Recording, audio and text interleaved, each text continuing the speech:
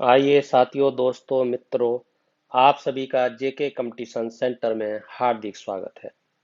आज आपके लिए बहुत ही महत्वपूर्ण भूगोल के महत्वपूर्ण प्रश्न लेकर आए हैं, जो सारे ही एग्जाम के लिए अति महत्वपूर्ण है। आइए पहला प्रश्न देखते हैं। माउंट एवरेस्ट पर शिखर पर चढ़ने वाली पहली महिला कौन थी? कई बार मैंने आपको बताया है, जब पहली महिला का जिक्र आए, पहले पुरुष का जिक्र आए, पहले पार्क का जिक्र आए, या पहली कोई योजना है, तो इस तरीके के प्रश्न अति महत्वपूर्ण हो जाते हैं, जो प्रत्येक कंपटीशन में आने के लिए हैं, बहुत ही महत्वपूर्ण हो जाते हैं। आइए, इसका सही उत्तर है जुंको तबई। अब जुंको तबई प्रश्न पूछा जा सकता है आपसे, ये कहाँ की रहने वाली थी? तो आपको अगर इस तरीके से पूछा जाए तो आपको बताना है जापान की रहने वाली थी। अगर ये भी हो सकता है कि इन्होंने जो एवरेस्ट पर माउंट एवरेस्ट पर जो चढ़ाई की, वो किस सन में चढ़ाई की? तो आपका उत्तर हो सकता है 1975 में। और ये भी हो सकता है कि इन्होंने और कहां कहां, तो इन्होंने 7 महाद्वीपों पे भी चढ़ाई की। 7 महाद्वीपों पर चढ़ाई करने वाली प्रथम महिला। आइए आगे देखते हैं। अगला है दो बार माउंट एवरेस्ट पर विजय प्राप्त करने वाली महिला पर्वतारोही कौन है? जब 2 बार का जिक्र आएगा तो आपका उत्तर होगा संतोष यादव। ये 2 बार विजय प्राप्त करने वाली माउंट एवरेस्ट पर पहली महिला है। अच्छा, माउंट एवरेस्ट की ऊंचाई कितनी है अगर ये पूछा जाए?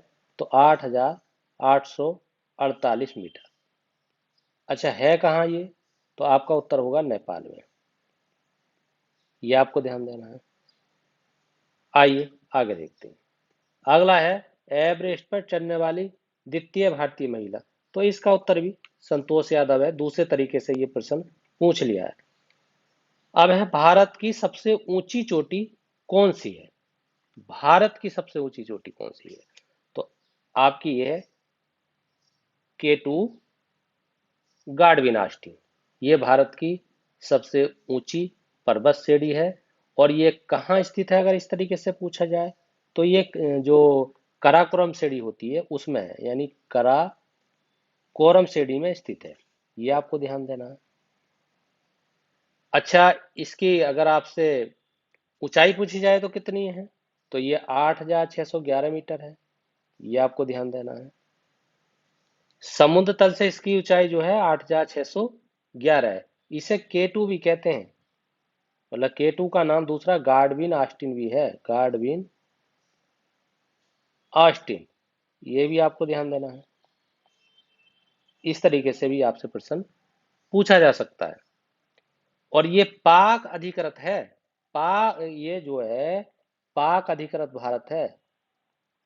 पाक अधिकृत मतलब पाक के अधिकार क्षेत्र में है। आइए आगे देखते हैं।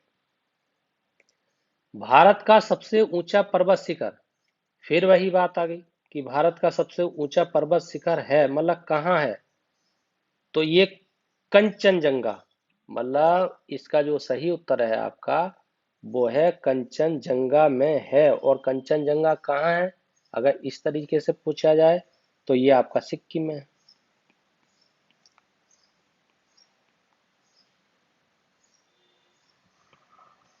सिक्किम में, ये आपको ध्यान देना है। और क्या इससे प्रश्न हो सकता है? हाँ, अगर चलो इस तरीके के प्रश्न अगर पूछे ही जाए कि कल्ला, तो आपको बता देना है जैसे कि आपकी ऊंचाई जो है वो K2 गाडविन आस्टीन की 8,611 है, 11 मीटर। अच्छा, दूसरे नंबर पे कौन सा है?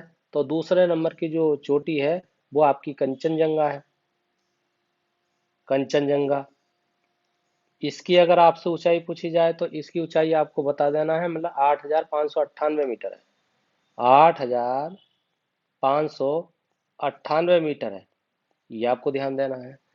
अच्छा, ये भी पूछा जा सकता है कि तीसरी चोटी का नाम क्या है? तो उसका नाम है नंदा देवी। जो तीसरे नंबर की है, नंदा देवी।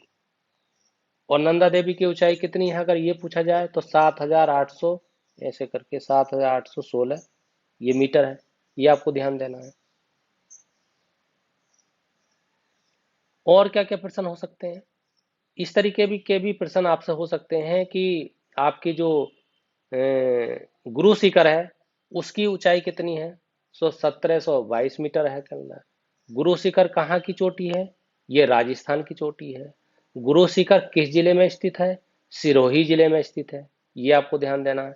कई बार आया है। एक आता है उटक मंडप। उटक मंडप पहाड़ी कहाँ पर है? वो जो है आपकी नीलगिरी नीलगिरी जो पहाड़ी है उस पर स्थित है, मतलब तमिलनाडु में है।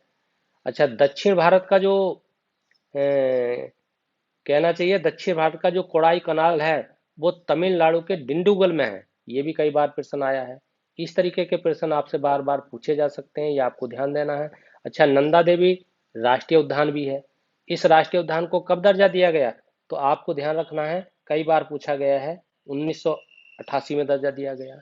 ये जो है प्राकृतिक महत्व की विश्व धरोहर स्थल में इसको संरक्षित किया गया है।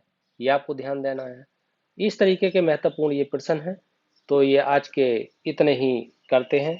आइए साथियों, दोस्तों, मित्रों, आप इस ये वीडियो पसंद आई है तो इस चैनल को सब्सक्राइब कीजिए, लाइक कीजिए, शेयर कीजिए, कमेंट कीजिए, फीडबैक जरूर दीजिए। इसी के साथ बहुत बहुत धन्यवाद।